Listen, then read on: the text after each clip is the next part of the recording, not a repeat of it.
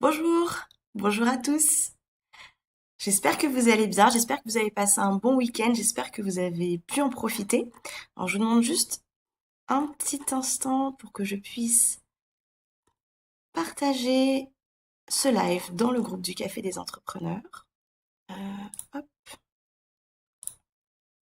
Donc rapidement, je vous rappelle, au niveau du sujet de ce live, donc ça va être vous montrer un exemple de structure de site, en fait, un modèle de site qui pourrait peut-être vous aider et vous donner des pistes, en tout cas, pour faire peut-être quelques modifications, quelques... comment ça s'appelle? Quelques améliorations, pourquoi pas, en tout cas pour le rendre un peu plus efficace. L'idée vraiment, c'est encore une fois de vous donner des pistes et vous verrez aussi, je vous expliquerai tout ça lors de la présentation. C'est que malgré tout, même si il y a des choses aussi que je vous recommande, et il y a parfois des choses que je ne fais pas. Non pas parce que ce sont de mauvais conseils ou autres, mais parce que, comme à chaque fois, en fait, je vous encourage vraiment à regarder ce qui fonctionne le mieux pour vous, à vous approprier un petit peu tout ça et à pas juste appliquer les choses pour les appliquer, mais les appliquer parce que vous êtes certain que ça va fonctionner pour votre entreprise, que ça va améliorer les choses, etc.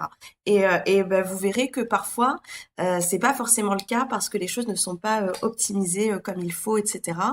Et donc, il faut pas hésiter vraiment à s'approprier les choses et à prendre des décisions.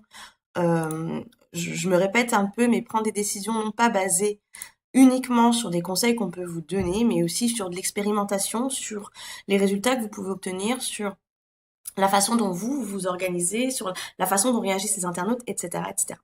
Alors, trêve de bavardage, il est 9h30, un peu plus, on va commencer. Hop, donc là, vous devriez voir d'ici quelques instants ma présentation apparaître. Donc, le thème d'aujourd'hui, c'est l'architecture d'un site web efficace. Alors, le plan de ce site web efficace et comment avoir une mise en page pour vous aider à générer plus de clics. Donc déjà, au niveau de votre site internet, il y a un modèle de base qui est un modèle des 5 pages. C'est le modèle qu'on retrouve le plus souvent. Alors évidemment, c'est un modèle un peu basique parce que vous allez voir si c'est pas le cas encore, mais que plus vous allez avancer au niveau de votre site internet, plus vous aurez de nouvelles pages qui vont que vous aurez besoin de créer en fait. Donc vous allez voir que les 5 pages, ça va vite devenir de l'histoire ancienne. Mais voilà, en fait, quand vous démarrez, quand vous voulez créer un site à peu près complet et que vous démarrez, ce modèle des 5 pages, c'est une bonne base.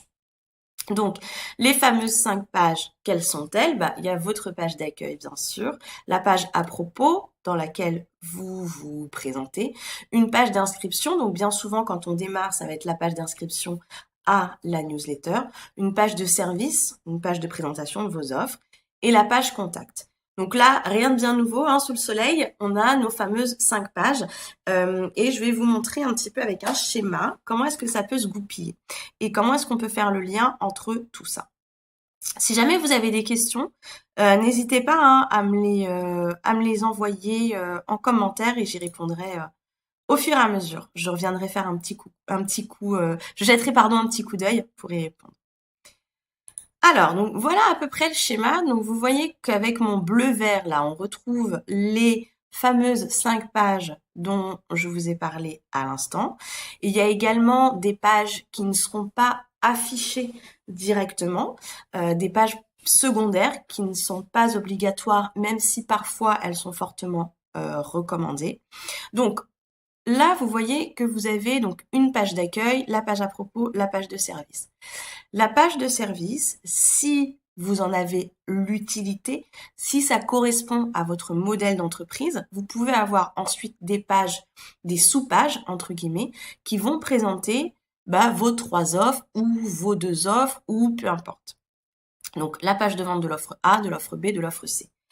Si jamais au niveau de votre modèle d'entreprise, si jamais au niveau du choix qui est le vôtre en termes de prospection, de système de vente, etc., c'est pas ça que vous voulez mettre en place, mais ce sera plutôt, par exemple, via l'email que vous voulez vendre, peut-être que la page de service sera amplement suffisante et que la seule mission de cette page-là, ça va être effectivement de présenter vos services, mais aussi de faire en sorte que les gens rentrent dans cette séquence d'emails dont le job va être de vendre. Parce que vous savez que vous êtes bon là-dedans, parce que vous savez que vous savez bien écrire, parce que vous savez que vous êtes convaincant à l'écrit, etc. Donc, voilà, vous pouvez tout à fait choisir cette option-là.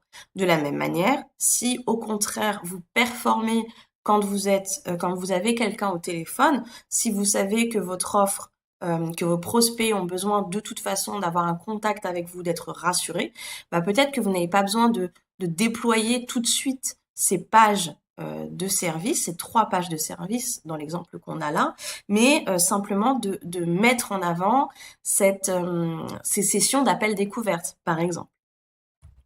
Alors, pourquoi est-ce que le blog, je l'ai mis à part? Le blog, je l'ai mis à part parce que c'est une bonne chose d'avoir un blog. Moi, j'encourage tous mes clients à avoir un blog. J'ai un blog. Je trouve que c'est hyper efficace. Mais en même temps, c'est toujours pareil. Si vous n'êtes pas à l'aise avec un blog, si vous n'êtes pas à l'aise avec l'écriture, etc., ça sert à rien d'aller là-dedans. Ça sert à rien de suivre cette stratégie-là. Il y a d'autres moyens de faire. Donc, c'est pour ça que je l'ai mis à part, parce que c'est optionnel, même si c'est une option fortement recommandée.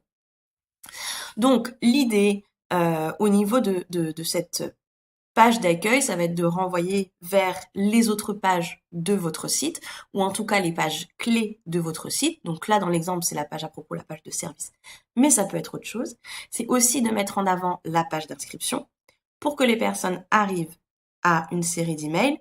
Et cette série d'emails, son job, ça va être soit de vendre, donc ça peut être soit une autre offre qui n'est pas présente directement sur votre site, soit par exemple de vendre l'offre la moins chère que vous pouvez proposer. Une offre, on va dire entre guillemets, d'entrée de gamme. Ça peut être aussi, et ça vous le savez, je vous l'ai déjà dit plein de fois, je crois que je viens de le dire d'ailleurs, mais ça peut être aussi, encore une fois, en fonction de votre modèle, ça peut aussi être simplement un appel découverte parce que vous savez que c'est vraiment votre point fort. Là, pareil, au niveau du blog, le job de votre blog, de toute façon, c'est quoi? C'est d'attirer du monde en vous aidant à être un petit peu partout sur Internet et en vous aidant surtout à améliorer votre référencement naturel. Et puis après, évidemment, il faut transformer l'essai en ayant davantage d'inscrits. Et on retombe après dans cette même séquence d'email qui est celle-ci. Et après, au choix, comme je vous ai dit tout à l'heure, page de vente d'une offre secrète, entre guillemets, parce qu'elle n'est pas affichée sur votre site, ou bien la page de vente de l'offre la moins chère que vous proposez, ou bien la page vers votre page d'inscription, vers votre séance découverte. Si vous fonctionnez plus avec un modèle de devis, etc., peut-être que c'est cette page-là que vous allez mettre en avant plutôt que la page de vente, par exemple. Et évidemment, bien sûr, à chaque fois, la page de contact ou la page de prise de rendez-vous, puisque, in fine, c'est ça, l'objectif principal. Je vais juste faire un tour pour voir si j'ai des questions. Non, pas de questions. Alors, je continue. La navigation. La navigation, c'est quoi? C'est en fait le chemin peut-être que vous pouvez proposer à l'internaute de suivre. Vous avez au niveau de la navigation, le cheminement clé, on va dire, en tout cas la chose la plus évidente, ça va être tout ce qui va être dans votre barre de menu. Ça, c'est la recommandation type, mais c'est là que je vous disais qu'en fait, les recommandations, on se les approprie. Je vais m'expliquer d'ici quelques instants, mais voilà. Ma recommandation au niveau de votre menu, c'est que par exemple, vous avez un logo. Le logo, c'est pas forcément un truc hyper travaillé que vous avez fait faire par un graphiste. Ça peut être tout à fait un logo script, uniquement avec les écritures, une écriture sympa. Et en fait, le logo, quand on clique dessus, il renvoie vers votre page d'accueil. Ce qui veut dire qu'au niveau de votre menu, vous n'avez pas nécessairement besoin de mettre un bienvenue ou un page d'accueil ou un home ou quoi que ce soit. Et ensuite, les autres pages que vous pouvez lister l'ordre que je vous suggère de suivre, c'est d'avoir votre page à propos, votre page de service ou votre page d'offre, votre page de contact et votre page d'inscription à la newsletter. Donc quand on clique, en fait, on arrive sur cette fameuse page d'inscription. Ça, c'est vraiment le conseil de base pour un site lambda. Mais je vais vous donner mon propre exemple. Si vous allez sur mon site, vous n'avez pas cet ordre-là. Vous n'avez pas cet ordre-là. Pourquoi? Tout simplement parce que ma page à propos, je l'ai constaté dans mes chiffres, elle ne fait pas son job. C'est-à-dire que cette page à propos-là ne m'apporte pas, en termes de conversion, les résultats que je veux. Vous savez que quand on crée un site internet, le préalable, la chose à faire absolument, c'est de lui donner un objectif, de lui donner une mission. Moi, la mission, c'est d'avoir un maximum de personnes qui s'abonnent à ma newsletter et dans un second temps, d'avoir un maximum de personnes qui me contactent pour, pourquoi pas, des devis, etc. Or, cette page à propos ne remplissait pas du tout sa mission, dans le sens où, au niveau de mes statistiques que je suis via Google Analytics, eh bien, voilà, je voyais qu'il y avait pas beaucoup de gens qui restaient longtemps sur ma page, ils sortaient vite, etc. Donc, c'est pas forcément une page que j'ai envie de mettre en avant tout de suite. Avant de la mettre en avant, il faut que je la retravaille. Donc, c'est pour ça que j'ai pas suivi cet ordre-là. Et c'est ça que je vous disais aussi au début du live et qui est super important, c'est que les conseils que vous lisez, que vous entendez, qu'on peut vous donner un peu à droite à gauche, ce sont souvent de bons conseils. Mais après, ce qu'il faut faire, c'est vous baser vraiment sur vos objectifs, votre modèle d'entreprise, vos chiffres, vos statistiques pour pouvoir adapter tout ça à votre cas particulier parce que chaque cas est vraiment particulier. Donc ça, c'est vraiment important. S'il y a un message que vous devriez retenir de ce live, ce serait celui-là. Alors, est-ce qu'il y a des questions pour l'instant? Bonjour aux personnes qui viennent d'arriver. Pas de questions. Alors, je poursuis. Donc, ensuite, la question qu'on me pose souvent, c'est comment est-ce que je structure ma page? Comment est-ce que je choisis quels éléments je dois mettre sur ma page? Alors en fait, pour vous aider, il faut simplement répondre à 3 questions. Et toutes ces questions-là sont orientées 100% visiteurs et 100% vos objectifs. La première question, la première chose que vous devez savoir, et toutes ces informations-là, vous les aurez au bout d'un certain temps grâce à un outil de statistique comme Google Analytics. La première question, la première chose que vous devez savoir, c'est d'où vient votre visiteur. Ça, on va dire que c'est la situation A, le niveau A. D'où vient votre visiteur? Ensuite, j'ai des 1 partout. Donc évidemment, ce sont pas des 1 partout, mais après on passe au numéro 2. Donc deuxième chose que vous devez savoir, c'est où va votre visiteur. Donc là, on est à la situation B. Où est-ce que vous voulez qu'il aille? Où est-ce qu'il doit aller? Et la troisième étape, c'est qu'est-ce qu'il doit faire? Qu'est-ce qui doit se passer dans sa tête, entre guillemets, qu'est-ce qui doit se passer sur votre site pour que ce visiteur aille du point A au point B. En gros, votre site, le contenu de votre site, c'est le pont que vous créez pour que votre visiteur, fasse son petit bonhomme de chemin et voilà, aille du point A au point B que vous voulez le faire partager. Bonjour Sylvie.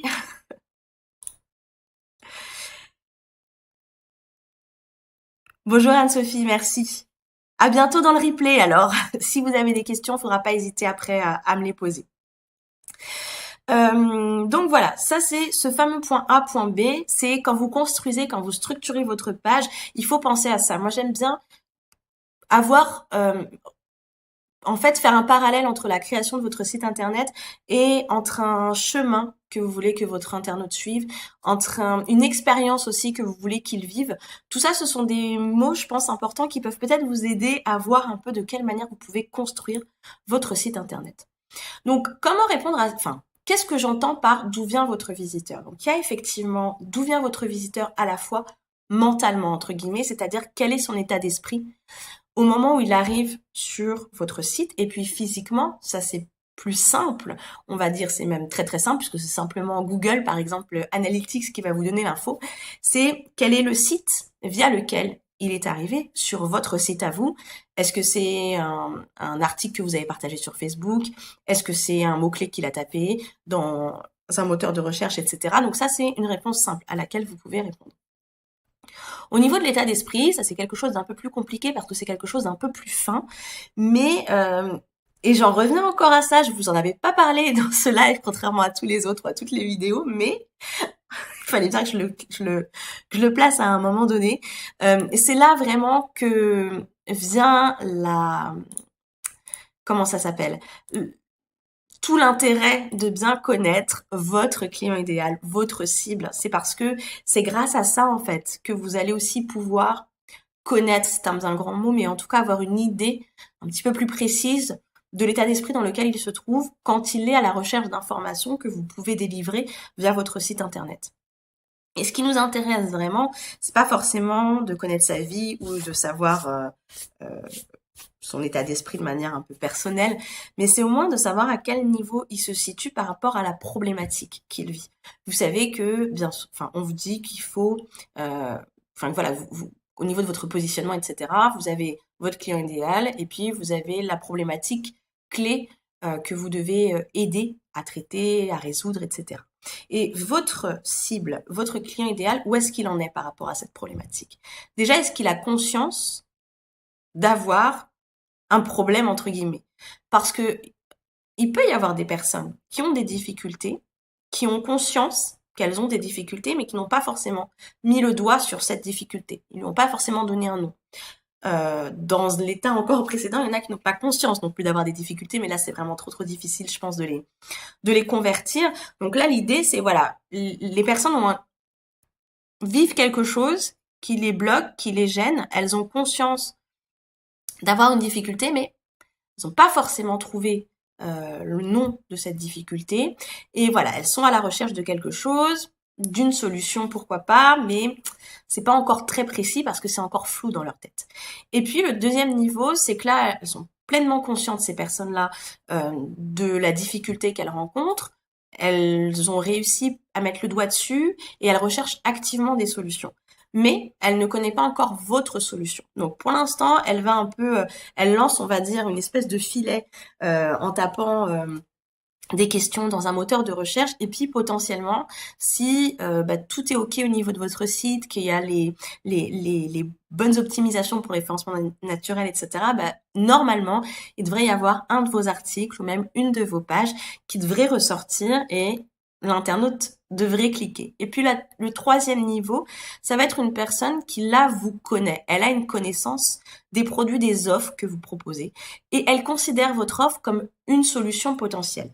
Mais ce qui se passe, c'est qu'elle n'est pas encore certaine de son choix, cette personne-là. Elle a besoin d'être rassurée, elle a besoin d'avoir plus d'informations. Et c'est là, en fait, que tout ce qui va être autour de la mise en avant de votre expertise, le fait de faire des vidéos pour qu'on puisse voir votre tête, ou des audios pour qu'on puisse entendre votre voix, qu'on puisse voir un petit peu plus comment est-ce que vous êtes, le fait d'avoir des témoignages, etc., ça va participer à la rassurer et pourquoi pas, à la convaincre que oui, la solution que vous proposez, parmi d'autres, c'est celle qu'il lui faut. Je reviens voir si j'ai des questions. Pas de questions. Alors, ensuite, vous vous souvenez, on était sur les 3 étapes. D'où vient mon visiteur? Où est-ce qu'il va? Et comment est-ce que je construis le pont pour le faire aller du point A au point B? Donc là, on est à la deuxième étape. Où doit aller votre visiteur ensuite? Déjà, il faut vous poser la question à vous-même. Où est-ce que vous voulez qu'il aille? Ça va dépendre de l'objectif de votre site internet. Et c'est un travail, encore une fois, qui se fait en amont. Donc, vous voyez, à chaque fois, c'est quelque chose que... Ça aussi qui est important quand vous vous lancez comme ça dans la création de votre site internet, que ce soit par vous-même ou par le biais de quelqu'un d'autre, en travaillant avec quelqu'un d'autre, il est super important que vous ayez conscience qu'il y a quand même un temps un travail, un temps de réflexion en amont qui est assez important et qui peut peut-être vous donner l'impression de perdre du temps parce que tant que vous y réfléchissez, tant que vous êtes là-dessus, il y a rien de concret entre guillemets. Hein. Vous n'avez pas acheté de nom de domaine, vous n'avez pas acheté d'hébergement, vous n'avez pas choisi de thème, vous n'avez rien fait encore. Et pourtant, je peux vous assurer que si vous prenez le temps de faire ça, tout va être beaucoup plus simple et beaucoup plus fluide. Je vous l'ai déjà dit, je vous le répète, mais c'est quelque chose de vraiment, vraiment important, il faut prendre le temps de cette réflexion parce que ce sera beaucoup plus simple après et surtout ce sera beaucoup plus efficace. Donc, quel est l'objectif de votre site internet? Quand un internaute arrive sur votre site, qu'est-ce que vous voulez qu'il fasse? Ensuite, vous regardez d'où il est venu et la page sur laquelle il arrive. Quand on est sur cette page-là, quelle est la prochaine étape qui va le rapprocher de votre objectif, de cette conversion ultime que vous voulez qu'il atteigne? Parce que, évidemment, chaque page va être construite différemment. Parce qu'en fonction de la page, ben, le chemin va être plus ou moins long au niveau de la conversion. Je vous donne un exemple. Quelqu'un qui arrive sur votre blog, qui vous découvre une toute première fois, en fonction de l'objectif de votre site, la conversion peut être plus ou moins longue. Ça dépend. Après, par exemple, moi, quelqu'un qui arrive sur ma page à propos, bon bah là, il en est loin de ma conversion. Il faut que je rebosse ma page à propos. Mais vous voyez ce que je veux dire? Il faut vraiment tout adapter, il faut vraiment reconstruire, il faut que vous ayez vraiment en tête tout ce chemin que l'internaute doit faire pour pouvoir arriver à cette conversion que vous voulez qu'il fasse. Et cette conversion, ça peut être quoi? Ça peut être vous contacter pour un devis, ça peut être s'inscrire à une séance découverte, ça peut être s'inscrire à votre newsletter, ça peut être juste remplir le formulaire de contact, ça peut être de vous rejoindre sur un groupe privé Facebook parce que c'est dans le groupe privé Facebook que vous arrivez le mieux à vendre. Voilà, il y a beaucoup de choses comme ça que vous pouvez faire et en fonction de là où vous êtes le plus efficace, eh ben, vous guidez l'internaute. Et puis aussi, ce qu'il faut savoir, c'est cet endroit où vous voulez l'amener. Est-ce que ça correspond vraiment à ce dont il a besoin, à ce qu'il veut? Parce que faut pas oublier non plus que pour que tout ça soit efficace, ben, il faut que l'internaute y trouve son compte aussi. L'idée, c'est pas juste d'amener quelqu'un comme ça qui sait pas trop où il est, qui sait pas trop ce qu'il veut. Ok, il va peut-être se mettre à agir comme vous le voulez, mais au final, bah, il sera pas forcément intéressé par ce que vous faites, parce que ça lui correspond pas, parce que bah, il y a eu une erreur de casting, il est pas du tout, il correspond pas du tout à votre client idéal, parce qu'il est pas du tout dans la problématique que vous traitez, etc., etc. Donc, il faut aussi vous assurer tout au long du chemin, baliser votre chemin pour vous assurer qu'à chaque fois, la connexion, on va dire, internaute et vous, en tout cas problématique et offre que vous proposez, est toujours OK, est toujours bonne et a toujours du sens. Et c'est pour ça que c'est important, tout au long de votre site, et pas qu'avec des mots, mais aussi avec tout ce qui est visuel, etc., que vous rappeliez régulièrement quel est votre message et quel est votre positionnement. Alors ensuite, cette troisième étape, donc vous vous rappelez, hein, c'est le fameux pont. Donc comment est-ce qu'on va créer un pont? Ben, déjà, ce que je vous ai dit à l'instant, c'est qu'il faut qu'il y ait quelque chose d'accrocheur et qui reprenne en fait les attentes de votre client idéal. Pourquoi? Parce qu'il faut faire une espèce de filtre. Alors je sais que ça peut paraître bizarre quand au début on n'a peut-être pas forcément beaucoup de trafic, hein, qu'on n'a pas beaucoup de monde, on dit oh là là, il faut que je filtre, j'ai déjà pas beaucoup de monde qui arrive sur mon site. Alors si en plus j'en exclus beaucoup, ça va être difficile de développer mon entreprise. Alors au début, oui, c'est quelque chose qu'on peut se dire, mais je peux vous assurer qu'après, quand vous allez avoir des contacts de personnes bah, qui vont vraiment être intéressées par ce que vous faites, vous allez apprécier d'avoir pris le temps de faire cette espèce de filtre. Donc n'hésitez pas à vous mettre en avant vraiment des choses très précises de ce que vous faites, les profils des personnes de manière très précise avec qui vous voulez travailler, etc. Ça vous évitera de perdre du temps avec bah, des personnes qui ne sont pas forcément prêtes à travailler avec vous ou des personnes qui ont un profil avec lequel bah, voilà, ça fonctionnera un petit peu moins au niveau de votre travail. Ensuite, comment est-ce que vous pouvez faire? Hop, pardon, j'ai été trop vite. Donc c'est bah, évidemment votre contenu, donc le texte, et puis les éléments visuels que vous allez faire et qui, encore une fois, vont guider le regard de l'internaute vers ce fameux appel à l'action.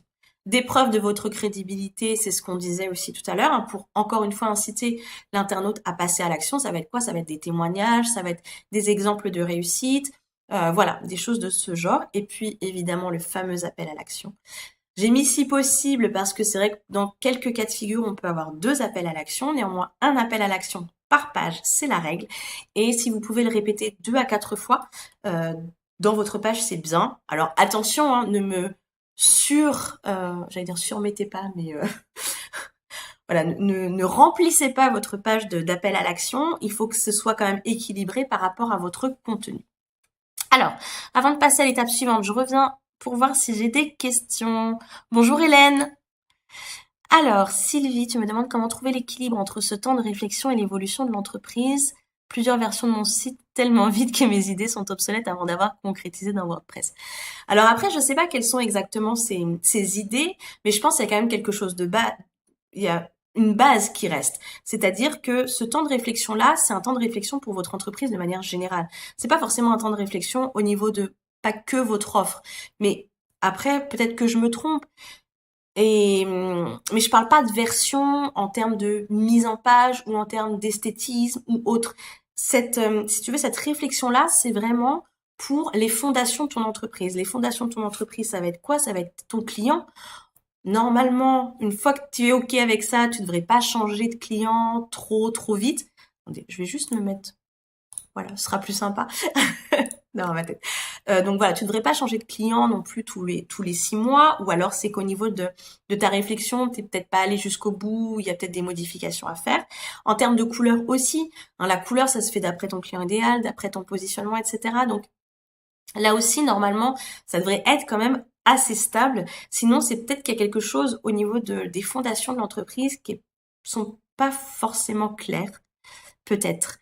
Mais après, si tu veux, c'est pas parce que tu as une nouvelle idée d'offre ou une nouvelle idée de contenu ou que ça doit tout de suite remettre en cause la structure de base de ton site.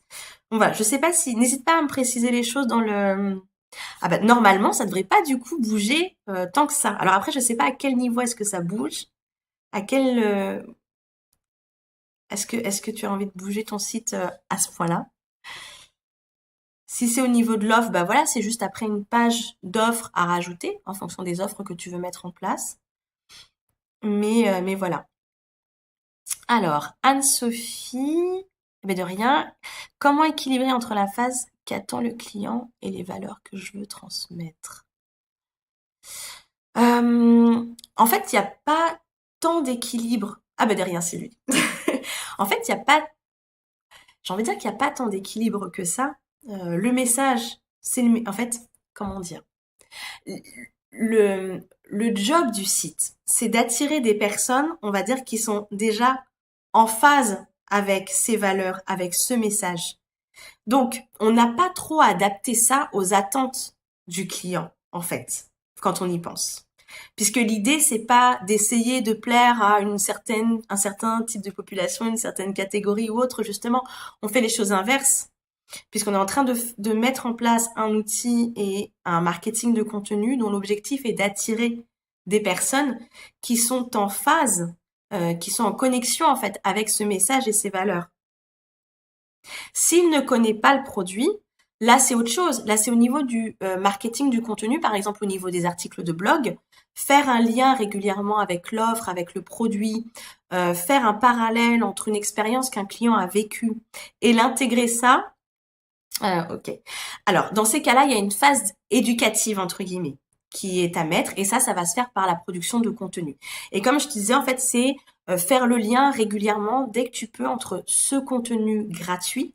Ce contenu gratuit, c'est aussi bah, mettre en lien la situation que vit le client avec tes produits. Et c'est quelque chose qui doit se faire de manière très subtile. Par exemple, je sais pas moi, si j'ai bah, le truc tout bête, là, le live par exemple que je fais, je peux très bien dire, eh ben, voilà les étapes que je suis lorsque je travaille avec mes clients dans la création de leur site internet et je déroule mon contenu qui est gratuit, qui les aide, et puis je peux faire tout à fait un lien dans cet article-là ou autre vers la page de vente.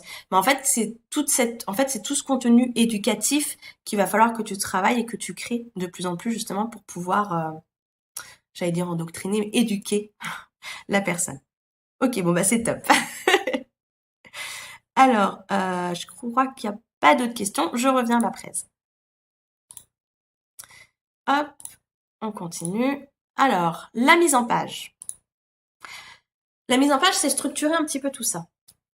Donc, comment est-ce que vous allez faire votre mise en page? La première chose, et ça c'est ce que je vous disais aussi, c'est ces fameuses recherches qu'il faut faire au début pour pouvoir comprendre au mieux votre cible, votre client idéal.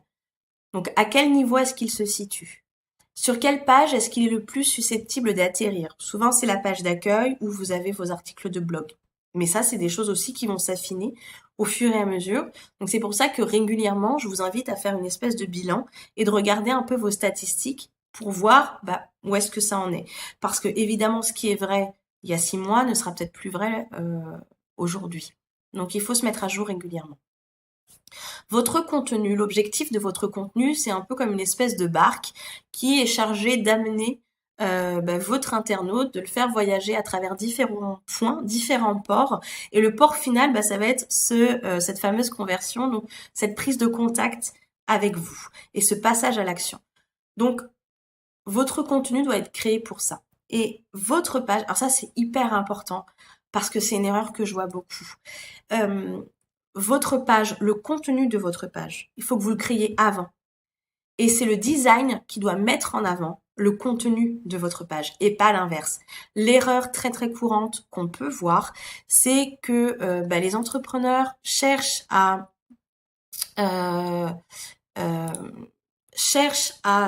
comment ça s'appelle cherchent un thème, un joli thème, cherchent un modèle de site. Ils tombent amoureux de ce modèle de site, ils le prennent, et puis après ils cherchent tant bien que mal à remplir les cases.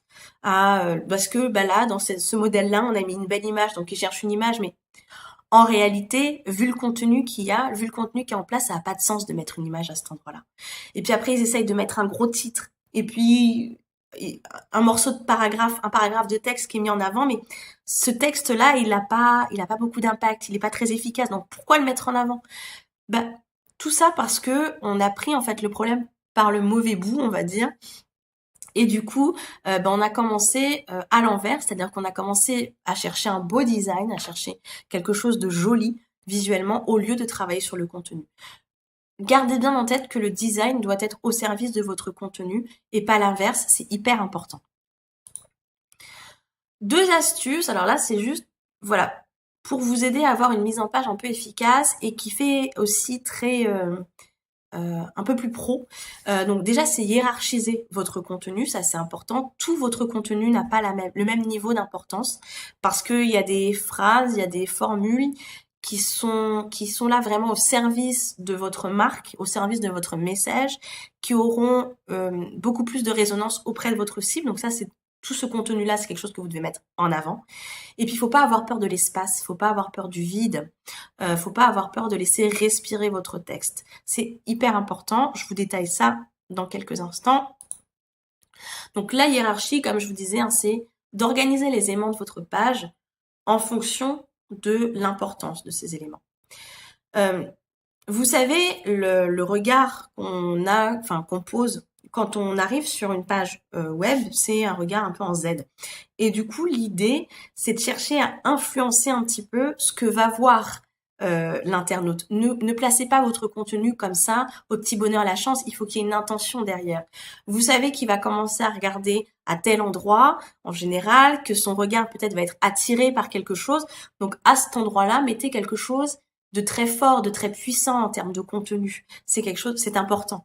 Utilisez les couleurs, les titres, les tailles de police pour aussi créer une hiérarchie et guider les yeux en fait de tous ces internautes à travers votre contenu. N'oubliez pas que les internautes ont plusieurs niveaux de lecture. Il y en a qui vont scanner rapidement, il y en a qui vont être qui vont vouloir être très très rassurés, qui vont tout lire. Donc voilà, essayez aussi d'organiser votre contenu en fonction de tout ça. Et puis les espaces. Alors ce qu'on appelle l'espace négatif, c'est ce fameux vide autour de votre contenu. Donc c'est pas forcément du blanc, si le blanc, si ça fait peut-être froid ou je sais pas. Je sais qu'il y en a qui aiment pas. Ça peut être un léger gris ou un léger beige, peu importe. Mais n'ayez pas peur d'avoir des espaces vides où il n'y a pas de texte, où il n'y a pas de visuel, où il n'y a rien. Parce que c'est important de laisser à l'internaute, à son cerveau, la possibilité de respirer, de faire une pause, d'intégrer aussi ce qu'il vient de lire. C'est important parce que quand vous êtes tout le temps dans la lecture comme ça, vous prenez pas le temps d'intégrer, de digérer ce que vous venez de lire, ce que vous venez de découvrir, ce que vous venez d'écouter. Donc voilà, il faut pas qu'il se sente noyé, qu'il se sente un peu agressé par tout ce texte qui lui arrive comme ça. Il faut lui laisser le temps de reprendre son souffle. Hop. Ensuite, votre contenu, votre visuel. Donc ça, c'est un dernier conseil que je peux vous donner. Au niveau des éléments visuels aussi, parfois, on a l'impression que les images ont été rajoutées juste pour faire joli. Mais en fait, quitte à rajouter des images, autant qu'elles servent aussi votre message. Et autant qu'elles servent aussi à faire avancer l'internaute à travers justement ce chemin que vous lui avez créé. Donc, n'oubliez pas que chaque élément, chaque contenu de l'élément, chaque contenu de votre page, doit servir à faire avancer l'internaute, à lui faire vivre cette expérience supplémentaire. Tout ne passe pas forcément par le texte. Vous pouvez tout à fait mettre un visuel qui est parlant ou un visuel juste avec un petit texte. Vous pouvez mettre un graphique, peut-être, au lieu d'avoir un texte explicatif, ou une infographie, ou une vidéo. Essayez de varier un petit peu tout ça. Ça peut être un audio aussi. Voilà, tout ne passe pas forcément par le texte.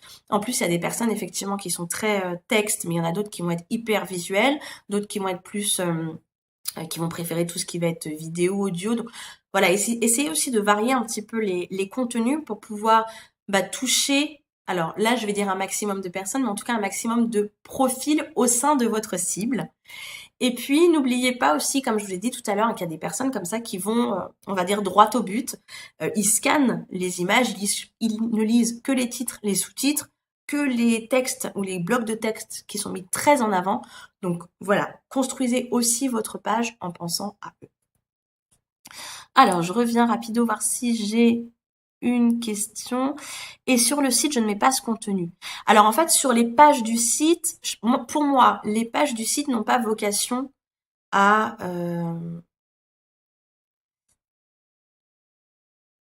être uniquement dans le marketing de contenu. Pour moi, ça c'est vraiment plus la mission du blog.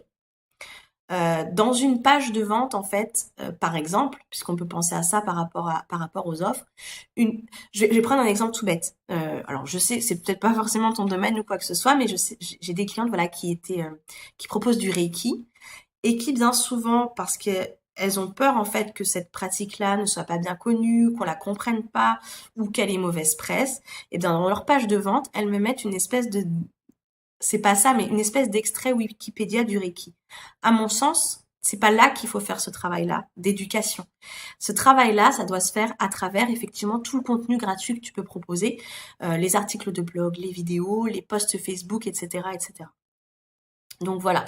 Sur le site, oui, mais juste à certains endroits du site, pas sur la page d'accueil, pas sur les articles de blog. Alors après, n'hésite pas peut-être à me mettre un lien du site ou voilà pour que je puisse voir un petit peu plus précisément de quoi il s'agit. En plus, je suis curieuse, donc ça m'intéresse. Mais voilà, en gros, c'est ça. Plouc, plouc, plouc. Je crois pas d'autres questions.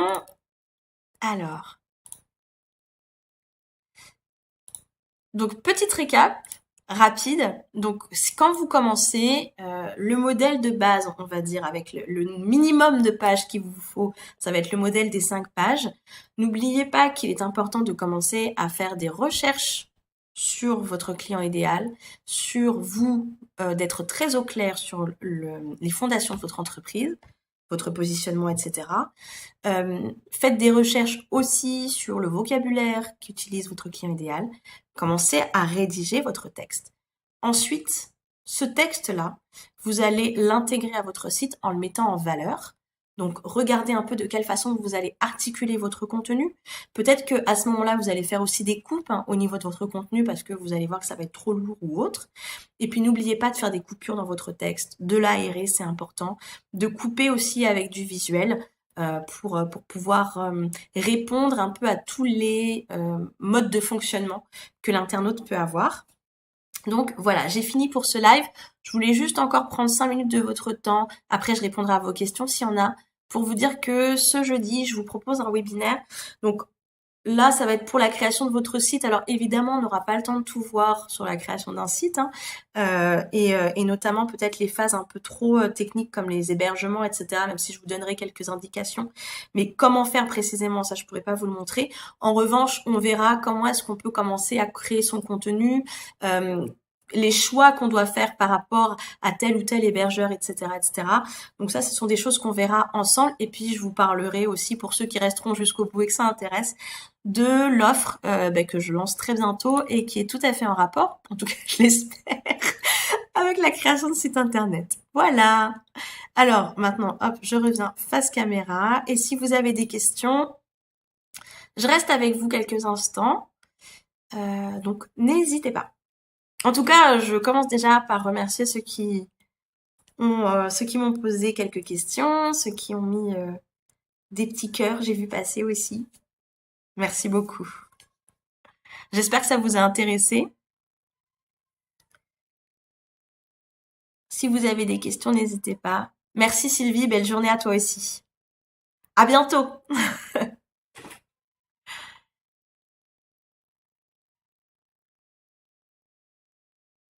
Bah avec plaisir Anne-Sophie, j'espère que j'ai répondu à tes questions. Merci beaucoup. Merci Hélène. Bonne journée. Bon, de toute façon, si jamais vous avez des questions qui vous reviennent à l'esprit d'ici là, c'est toujours la même chose, hein, vous les tapez en commentaire et puis j'y répondrai le plus vite possible. Voilà. En tout cas, merci beaucoup. Je vous souhaite de passer une très très belle journée et puis je vous dis à très bientôt, peut-être au webinaire ou un prochain live. Merci beaucoup. À bientôt. Bye bye.